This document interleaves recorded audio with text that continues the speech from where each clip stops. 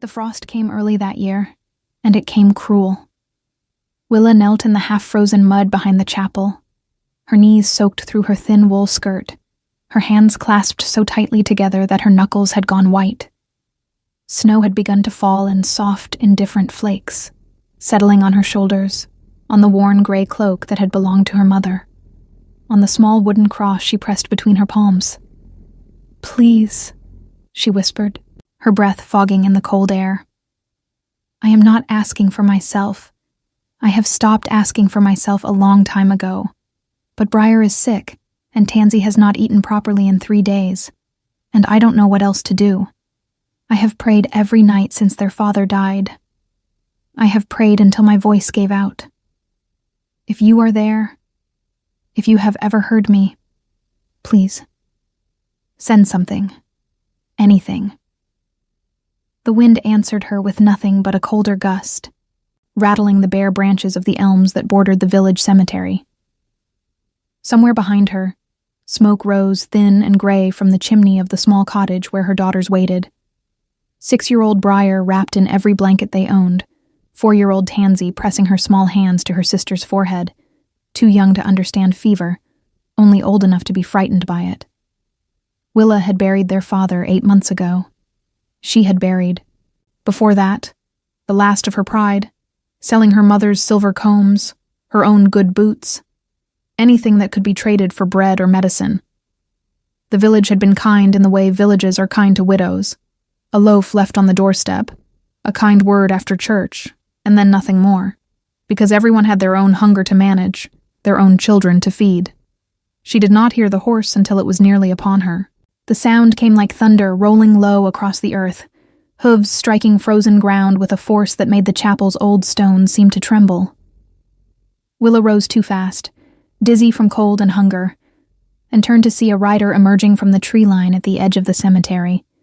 A black horse, breath steaming from its nostrils like a creature out of an old story, and atop it, a man who seemed carved from the same dark winter as the storm itself.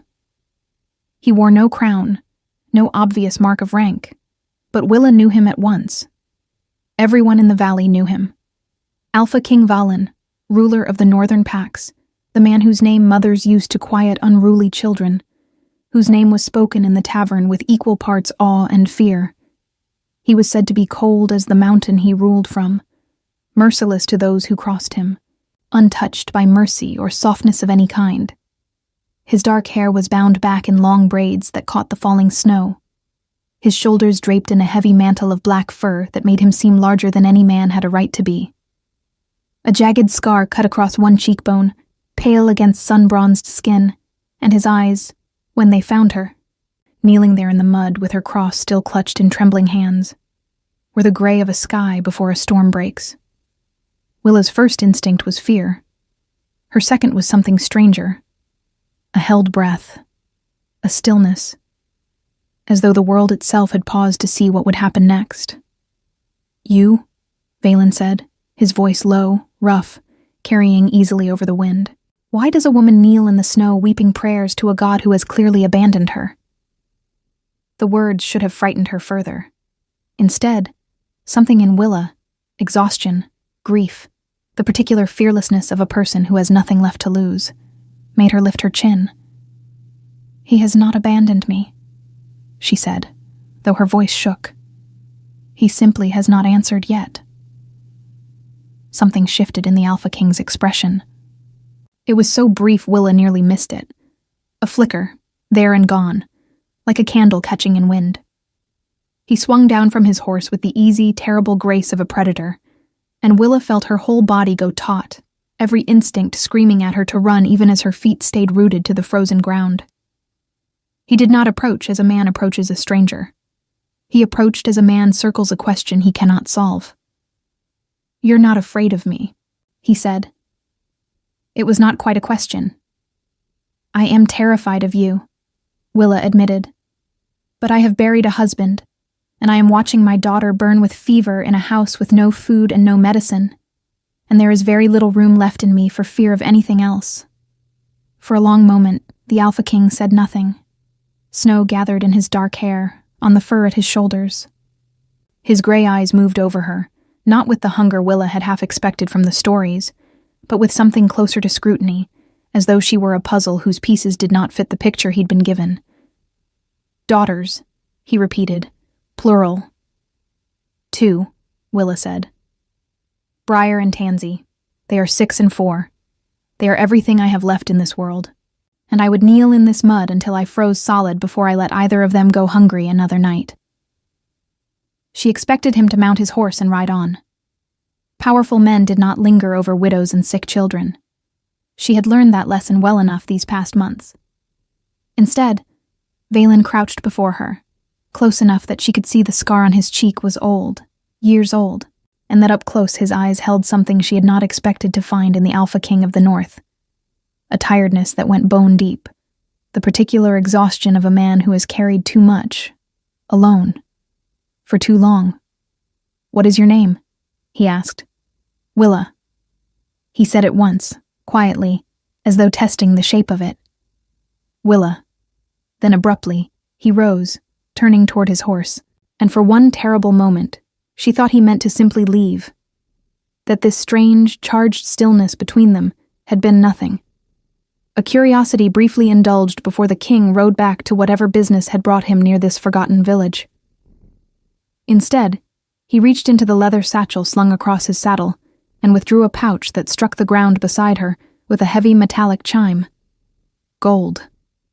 More gold than Willa had seen in her life, let alone held.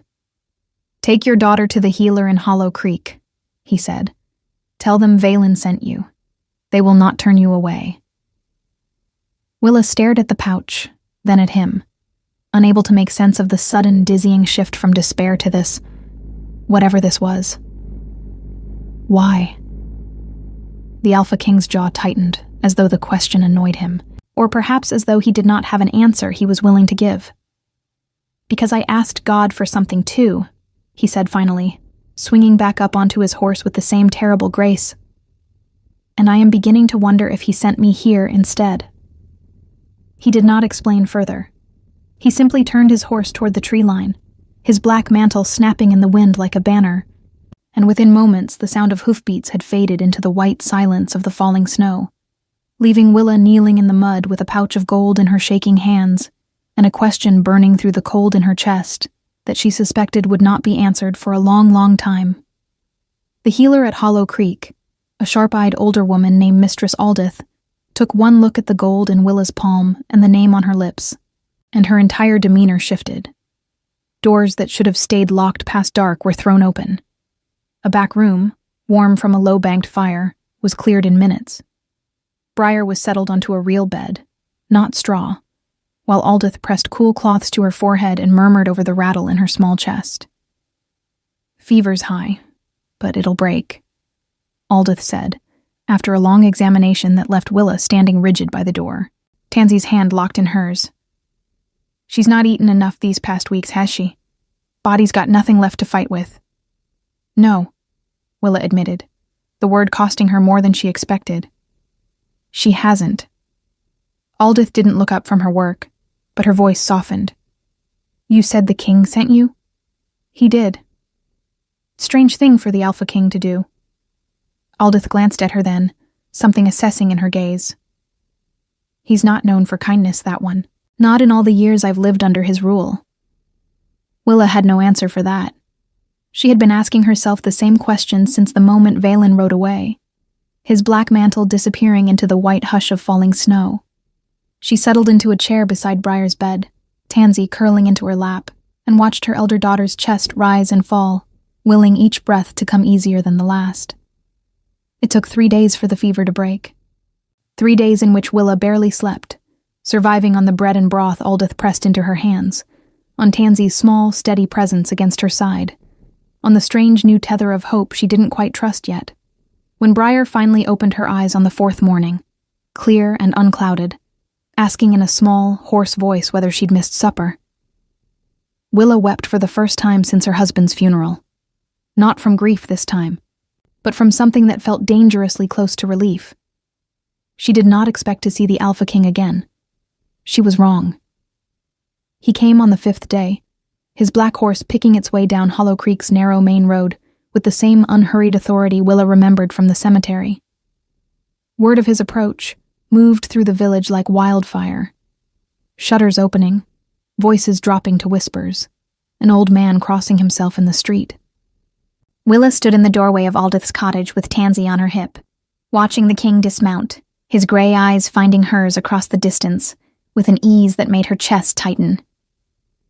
"She's recovering," Willa said before he could ask. "The fever broke yesterday. I don't—" She hesitated, then pressed forward, because gratitude, however awkward, deserved to be spoken plainly. "I don't know how to repay what you've done. I didn't do it to be repaid." Valen's gaze moved past her, to where Briar sat wrapped in blankets near the window, pale but alert, watching the king with open, unguarded curiosity that only children possess. Something in his expression shifted again. That same flicker Willa had seen in the snow, gone before she could name it. "Then why?" Willa asked. "Forgive me, but the stories about you don't include riding to forgotten villages to save a stranger's child." A muscle worked in his jaw. For a moment, Willa thought he might simply turn and leave, as unknowable as he'd been at their first meeting. Instead, he said, low enough that only she could hear it, "Walk with me." She handed Tansy to Aldith's care, and followed him out into the cold morning air, her breath fogging between them as they walked along the frozen edge of the village green. The silence stretched long enough that Willa began to wonder if he meant to fill it at all.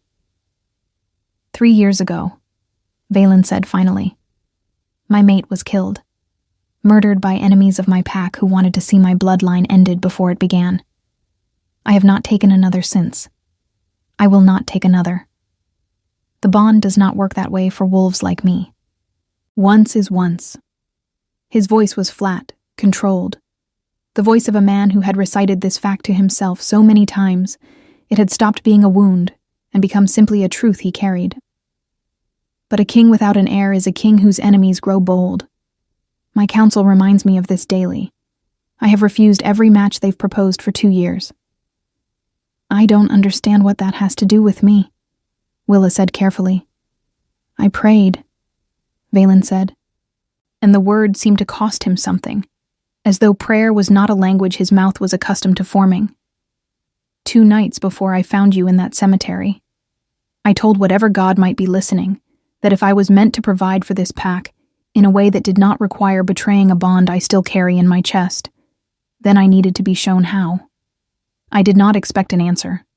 I have stopped expecting answers from anything, gods included. He stopped walking, turning to face her fully, his gray eyes steady on hers. And then I found a widow kneeling in the snow, praying for her children, refusing to break even as she had every reason to. Willa's heart was beating too fast. "You think I'm some kind of sign?" "I think," Valen said, "that I have a pack that needs a queen. 2 daughters who would never want for anything again, and a debt of gold you could not repay in 3 lifetimes working honest work in a village like this one. I am not asking you to love me, Willa. I buried that capacity 3 years ago, and I will not pretend otherwise to you or to anyone. But I am asking you to consider a contract, marriage, protection for your daughters, a life neither of you would have to fight so hard simply to survive." The wind moved between them, cold and sharp, carrying the smell of wood smoke and pine from the village beyond. Willa thought of Briar's fever, of Tansy's small, hungry hands, of the months of fear that had worn grooves into her like water through stone.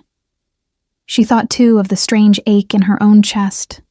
Not love, not yet, perhaps not ever, but something that had stirred the moment this cold, careful king had knelt beside her in the mud and looked at her like she mattered. "My daughters come with me," she said. "Always, no matter what. I would expect nothing less. And you would never—" She struggled to find the words, her cheeks heating despite the cold. "You would never use this as some claim upon me. The marriage. I would not be. Obligated, in ways I am not ready for." Something almost gentle crossed Valen's hard features. "I have told you. I buried my heart 3 years ago. I am not offering you romance, Willa. I am offering you a crown, a home, and a king who will never let harm come to what is his to protect. What grows between us beyond that, if anything grows at all, will happen in its own time, or not at all. I will not force a single piece of it." Willa looked back toward Aldith's cottage, where she could see Tansy's small face pressed to the window, watching her with wide, hopeful eyes. She thought of the empty cupboard at home, the silver combs long since sold, the particular exhaustion of carrying a weight no one else could see. "Then I accept," she said. "For them.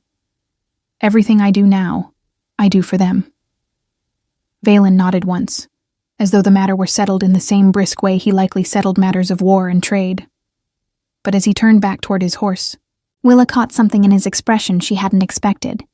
Not triumph, not satisfaction, but the smallest, most carefully guarded flicker of relief, as though some part of him, buried deep beneath 3 years of grief and duty, had been holding its breath for an answer he hadn't truly believed would come.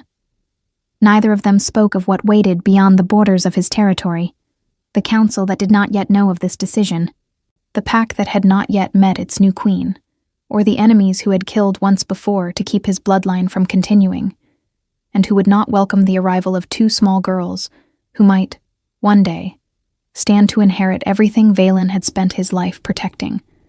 The journey to Ravenfall Keep took 2 days by carriage, the road climbing steadily north through forests of black pine until the trees gave way to jagged cliffs, and finally, to the fortress itself, a structure of dark stone that seemed to grow directly from the mountain it crowned, its towers wreathed in low winter cloud, banners snapping in a wind that carried the bite of higher altitude and colder blood. Tansy pressed her face to the carriage window the entire approach, narrating every tower, every guard, every wolf she glimpsed moving at the tree line with the open wonder of a child who has never known anything but want, and now finds herself delivered into a fairy tale. Briar, still pale from her illness but steadily regaining her strength, watched with quieter eyes, her small hand finding Willa's and holding tight. "Mama," she whispered, "is it really true? Are we going to live here?" "It's true," Willa said, though the words still felt strange in her mouth, as though she were narrating someone else's life. "We're going to live here." She did not tell her daughters about the contract. She did not tell them that the man waiting for them at the end of this road had made it plain, in careful, measured words, that his heart belonged to someone he had buried 3 years past, and that what he offered them was protection, not love. Some truths, Willa had decided, were not for small ears. Let them have their fairy tale a little longer. The carriage rolled through the keep's outer gates into a courtyard crowded with onlookers, pack members drawn by curiosity, by rumor, by the particular electricity that surrounds a king's unexpected return, with strangers in tow. Willa felt the weight of dozens of eyes as she stepped down, Tansy clutching her skirts, Briar close at her other side. The crowd was not unkind exactly, but it was not warm either, assessing, wary, the collective gaze of a pack that had spent 3 years watching its king carry grief like armor, and did not yet know what to make of this sudden, unexplained arrival. Valen emerged from the keep's great doors to meet them, and something in his bearing changed the moment he crossed into the courtyard. Straighter, harder, every inch the Alpha King Willa had first glimpsed astride his horse in the falling snow. He stopped before her, his gray eyes sweeping once over her travel-worn cloak, her daughter's wide eyes, and then he turned to address the gathered crowd in a voice that carried easily across the stone courtyard. "This is Willa," he said. "She will be your queen. Her daughters, Briar and Tansy, are under my protection, as is she. I expect them treated with the respect due their position. That is all." It was, Willa thought, the least romantic introduction imaginable. And yet there was something in the absolute finality of his tone, the way no one in that courtyard dared so much as murmur a question, that made her chest loosen slightly. Whatever else Valen was, he was a man of his word. He had said her daughters would never want for anything again. And already, in this single brisk announcement, he had made it law. A woman stepped forward from the crowd, then, silver-streaked dark hair, sharp eyes, a presence that suggested rank even before she spoke. "Beatrix," she introduced herself, with a small, assessing nod toward Willa. "I run the keep's household. If you'll permit me, my lady, I'll see your daughters settled, while you and the king attend to matters that require privacy." The word privacy sent a small flutter of unease through Willa's chest, but Briar and Tansy went without protest, already half charmed by Beatrix's promise of warm bread and a fire in their new chambers. And Willa found herself alone with Valen for the first time since the road to Hollow Creek, standing in the vast, echoing entrance hall of a castle that was, impossibly, now her home. "The council will not be pleased," Valen said without preamble, leading her down a corridor lined with old tapestries depicting wolves in battle, in hunt, in council beneath a full moon. "They've spent 2 years pressing me toward a political match, an alliance marriage with one of the southern packs. A widow with no pack ties and 2 human-born daughters was not among their considerations." "Human-born," Willa repeated. "You mean my daughters aren't—" "They won't shift," Valen confirmed. "Not unless the wolf passes through their father's bloodline, and from what you've told me, it did not. They'll grow as humans grow, within a pack that protects its own regardless of blood. That is not in question. What is in question is how quickly my council accepts a queen who arrives with no dowry, no alliance, and no wolf blood of her own." "And what do you tell them?" "The truth," Valen said simply. "That I chose you. That the choice is not theirs to unmake." He paused before a heavy oak door, his hand resting on the iron handle, something almost weary crossing his features. "There is one among the council you should be wary of, Garrick. He commands the southern border patrols, and he has wanted this keep's throne, or influence over whoever sits upon it, since before my mate died. He will not be pleased to see his preferred alliance pass him by." Willa felt a chill that had nothing to do with the castle's stone walls. "You think he's dangerous?" "I think," Valen said, opening the door to reveal a council chamber already half filled with waiting figures, "that ambition wears many faces, and not all of them announce themselves with snarls." He glanced at her once more before stepping through, his gray eyes holding hers with something that might, in a kinder world, have been an apology for what was about to come. "Stay close to me. Whatever is said in this room, do not let them see you flinch." The council chamber fell silent as they entered. A long table of carved black wood, a dozen pairs of eyes turning toward them with expressions ranging from open curiosity to thinly veiled hostility. At the table's far end sat a broad-shouldered man with close-cropped silver hair and pale, assessing eyes that fixed on Willa with an intensity that made her skin prickle. Eyes that did not blink, that did not waver, that seemed to be cataloging her as a problem still in search of its solution. "My king," the man said, rising slowly, his voice smooth as poured oil. "You've returned from your journey with quite the surprise." "Garrick," Valen said, his tone giving nothing away. "This is Willa, my queen." A ripple moved through the gathered council. Murmurs, shifting glances, the particular tension of a room recalculating its future in real time. Garrick's pale eyes did not leave Willa's face, and though his expression remained carefully, courteously neutral, Willa felt, with sudden and absolute certainty, that she had just made an enemy who would not announce himself with snarls at all, but with something far more patient and far more dangerous. "Welcome to Ravenfall, my lady," Garrick said, his smile not quite reaching his eyes. "I do hope you'll find our keep accommodating to outsiders." Beside her, Willa felt Valen's hand find the small of her back, brief, steadying, a silent promise that she was not facing this room alone. She lifted her chin the way she had in the cemetery snow, refusing to let this man see anything resembling fear. "I'm sure I will," she said. "I've never been one to be easily frightened away."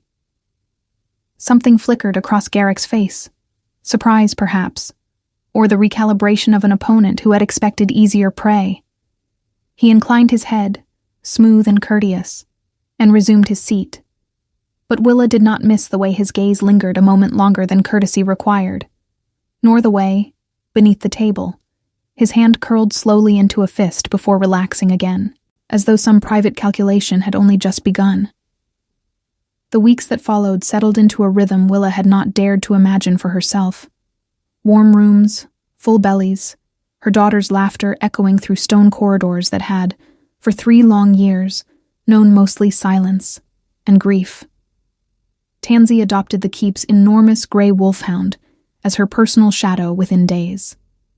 Briar, ever more cautious, found her own quiet corner in the castle library, where Beatrix discovered her one afternoon sounding out words from an ancient bestiary with fierce, careful concentration. Valen kept his word in every visible way. He was never unkind, never careless with her daughter's well-being, never anything less than scrupulously fair in matters of household and protection. But he also kept the careful distance he had promised in that frozen cemetery.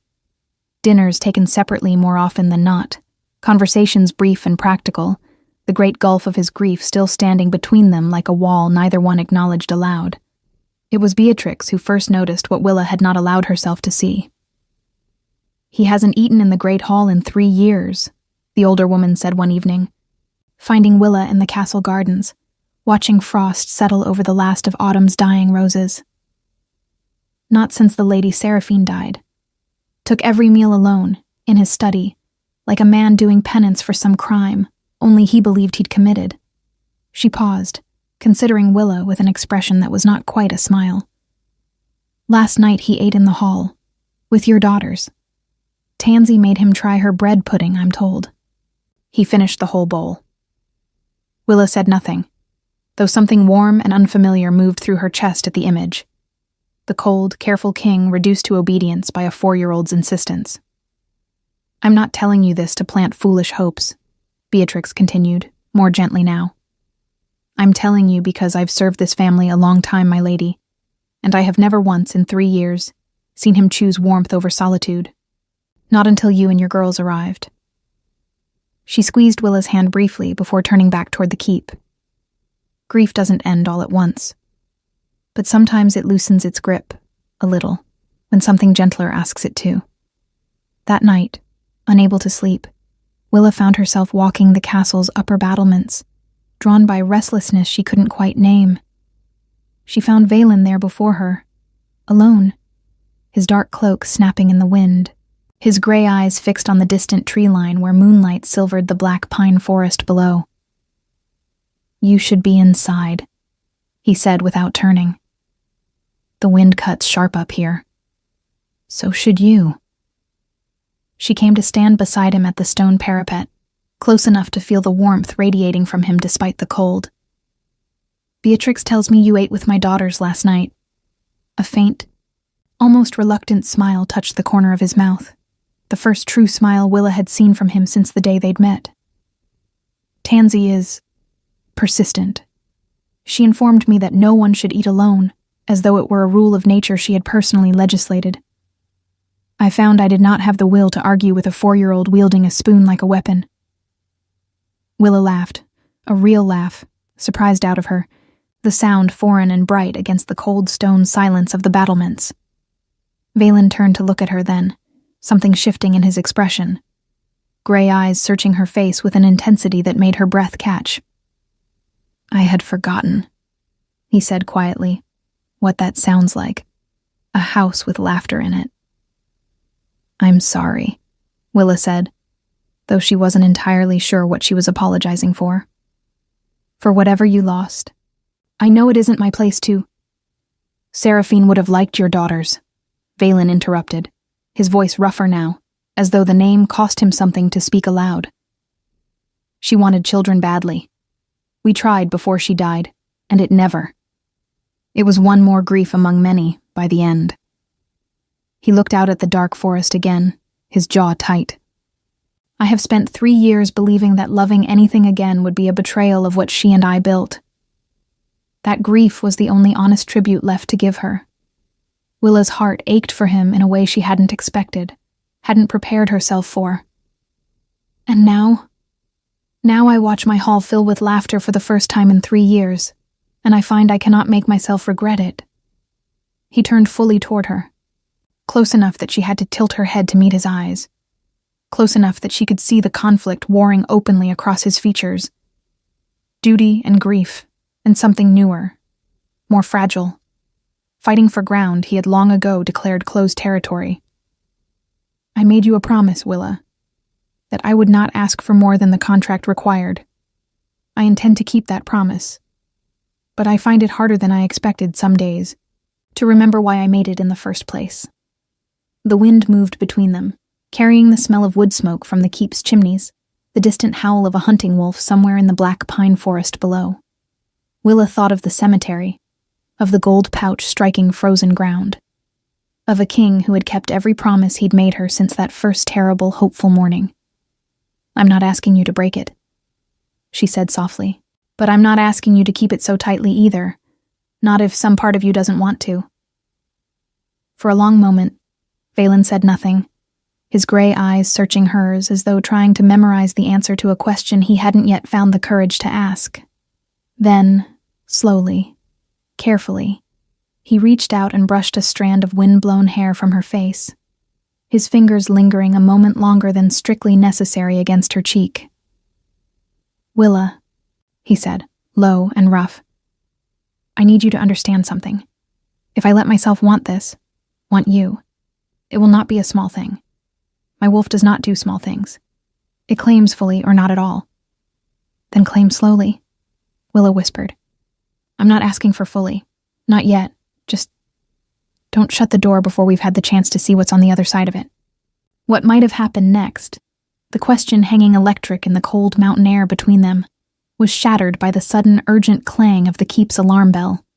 The sound rolling out across the courtyard below, followed by shouting, the scrape of steel, the unmistakable chaos of a gate breached in the dead of night.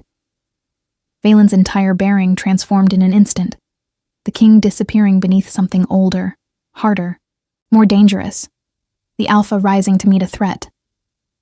Stay here, he commanded, already moving toward the stairs. Whatever happens, Willa, stay. Briar and Tansy are in the east wing, Willa said, already running past him toward the stairs herself, fear for her daughters obliterating every other instinct. I am not staying anywhere. Valen caught her arm, just once, his gray eyes blazing with something fierce and protective in the torchlight spilling up from the courtyard below. Then run fast, and run to them, and trust that I will not let anything reach that wing while I still draw breath.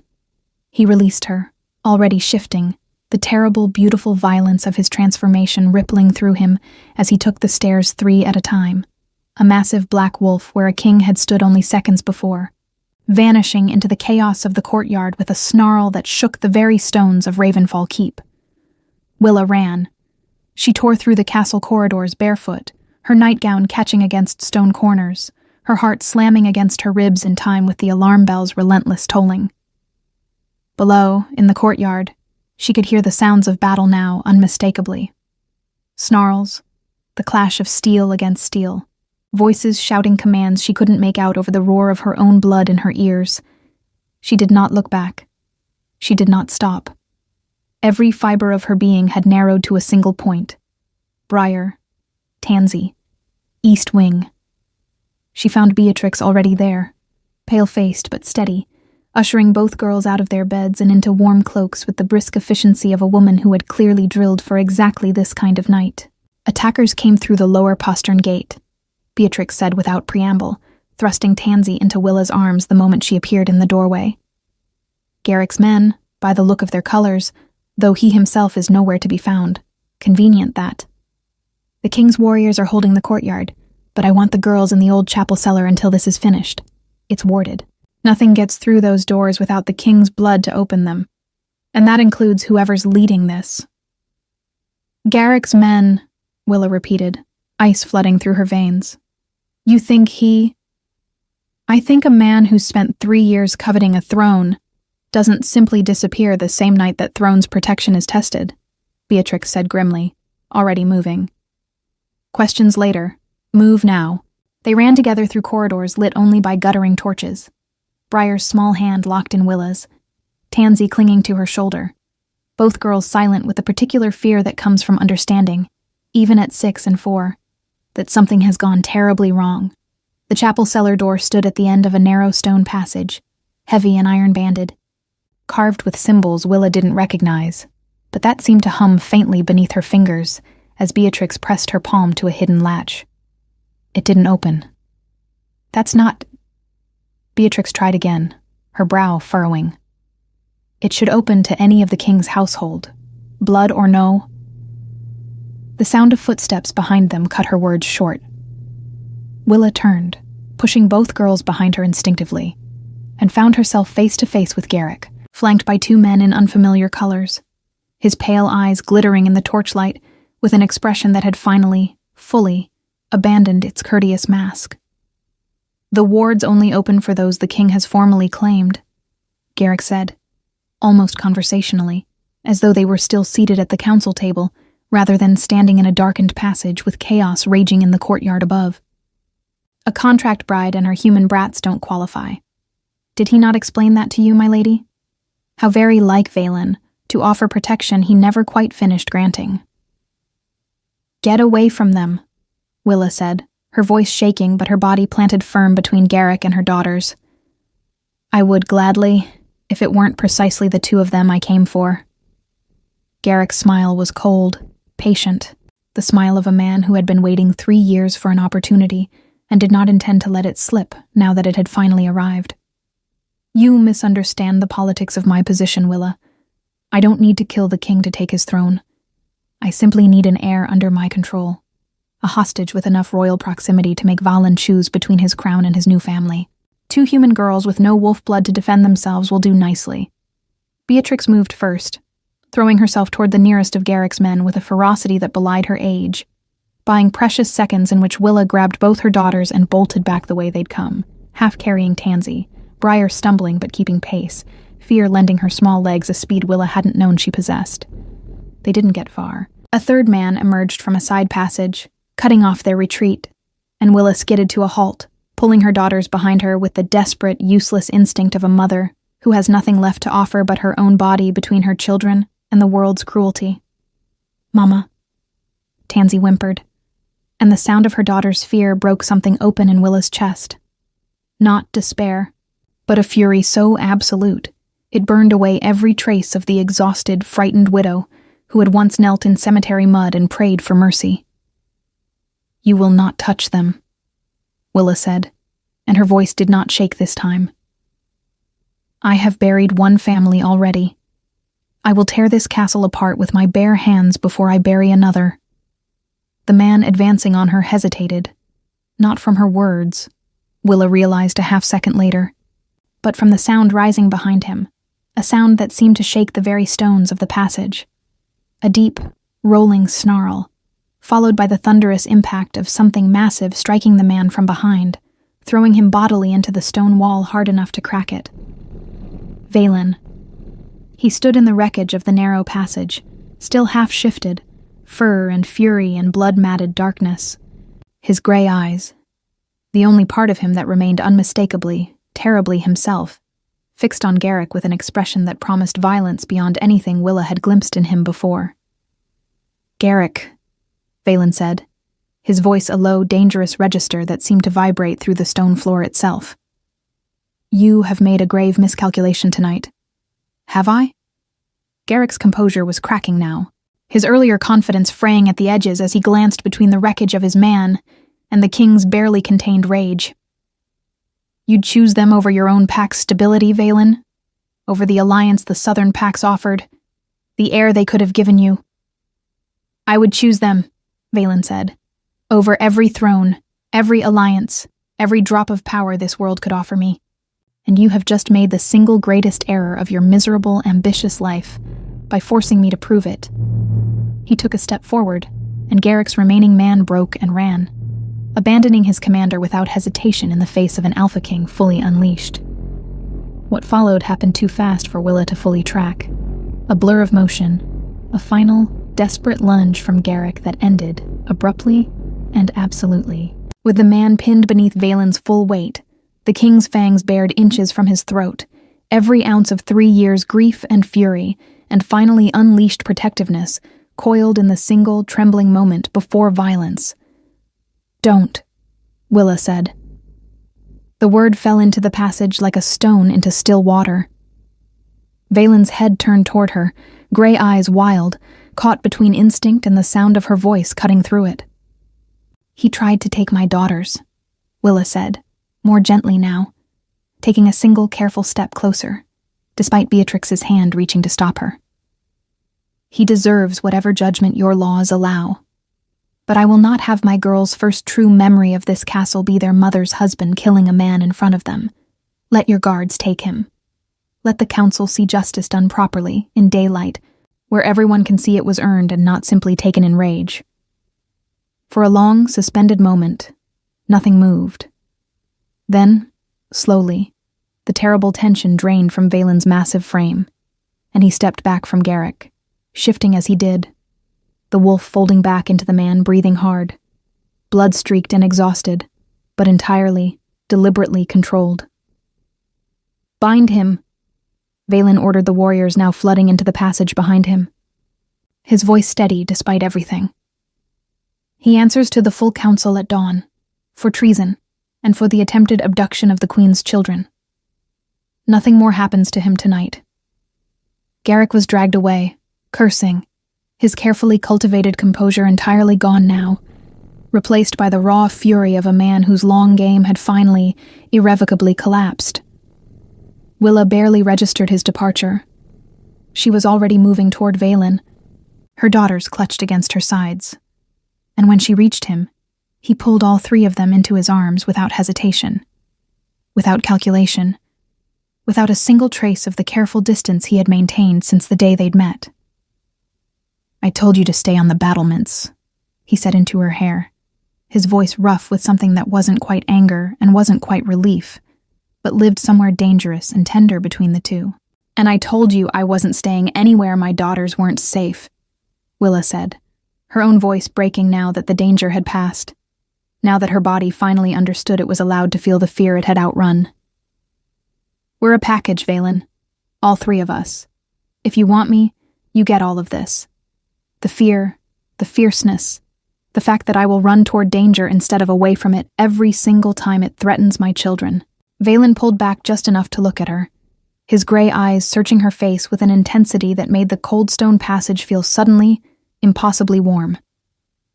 "I don't want you despite that," he said. "I think I am only now beginning to understand that I want you because of it. Because you knelt in frozen mud and refused to break. Because you ran toward chaos instead of away from it. Because you have shown me, every single day since that cemetery, exactly what it looks like to love something fiercely enough to fight the whole world for it." Briar, still tucked against Willa's side, looked up at the king with wide, solemn eyes. "Are you going to marry Mama for real now?" she asked, with the blunt directness only a 6-year-old can manage. "Not just for the contract?" A real laugh escaped Valen then, startled out of him despite the blood and exhaustion and lingering adrenaline of the night, and Willa felt something in her chest unlock completely at the sound of it, warm, unguarded, entirely his own. "Yes," he said, looking at Willa as he said it, his gray eyes steady and certain in a way they had never quite been before. "If your mother will still have me, after everything tonight has cost her, then yes. For real." The dawn that followed brought council judgment swift and certain. Garrick stripped of rank, exiled beyond Ravenfall's borders under guard. His ambitions ended as thoroughly as his treason demanded. The pack that had watched Willa's arrival with wary uncertainty now watched her differently. Word of the night's events spreading through the keep by morning. The human widow who had stood unflinching between her daughters and a traitor's blade. The queen who had stopped her king's fury with nothing but a single steady word. Spring came slowly to the mountain, but it came. The black pine forests softened with new green. The frost retreated from Ravenfall's high walls, and on a clear morning 3 months after that terrible night in the chapel passage, Willa stood once more before a gathering of pack and council. Not as a contract bride this time, but as a woman choosing, freely and fully, the man who had once knelt beside her in cemetery mud and promised her nothing but protection, only to give her, in the month since, so very much more. Valen wore no fur mantle this time, no armor, only simple dark clothing that made him look for the first time since Willa had met him, less like a king and more like a man whose gray eyes, when they found hers across the gathered crowd, held nothing of the careful distance he'd once sworn to maintain, and everything of the love he had once believed himself incapable of feeling again. Beatrix stood with Briar and Tansy near the front of the gathering, both girls dressed in matching blue, Tansy practically vibrating with excitement, Briar solemn and proud, clutching a small bouquet of mountain flowers she had picked herself that morning, insisting they be the right ones for her mother's wedding.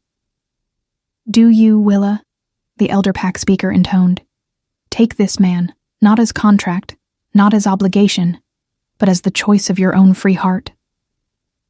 "I do," Willa said, and the words carried none of the uncertainty they might have carried 3 months earlier.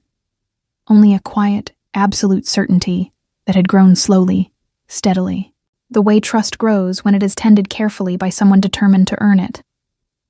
"And do you, Valen, Alpha King of Ravenfall, take this woman, not for politics, not for heirs, but as the choice of a heart you believed closed forever?"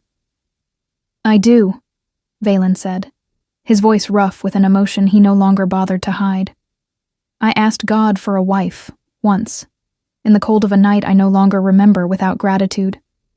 I did not expect him to answer with a woman who would teach me that grief and love are not enemies, that loving again does not erase what came before, but honors it, by proving that the heart capable of such loss is also capable still of such tenderness." When he kissed her, brief, reverent, entirely respectful of the watching crowd and the 2 small girls beaming up at them, Willa felt the last of the cold that had once lived permanently in her chest finally, fully thaw. Briar found a permanent home in Ravenfall's library, growing into a young woman whose love of books eventually made her the keep's most trusted record keeper, her quiet intelligence respected by council members who had once dismissed her as merely the queen's human daughter. Tansy, true to her nature, became inseparable from the pack's wolves, beloved by every warrior in the keep, her fearless affection earning her the unofficial title of the Little Alpha, long before she was old enough to understand what the nickname meant. Garrick was never seen near Ravenfall's borders again, his ambition burned out entirely by exile and disgrace. A cautionary tale told to pack pups for years afterward about the cost of mistaking patience for permission.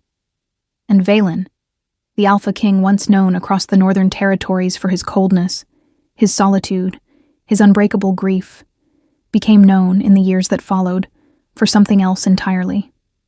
A king who ate every meal in his great hall surrounded by laughter, who carried his youngest daughter on his shoulders through the castle gardens, who looked at his wife, even decades later, with the same unguarded wonder he'd first shown her in a frozen cemetery, kneeling in the snow. He had asked God for a wife. He had received instead a family entire. And he never, for a single day of his long and finally peaceful life, stopped being grateful for the answer.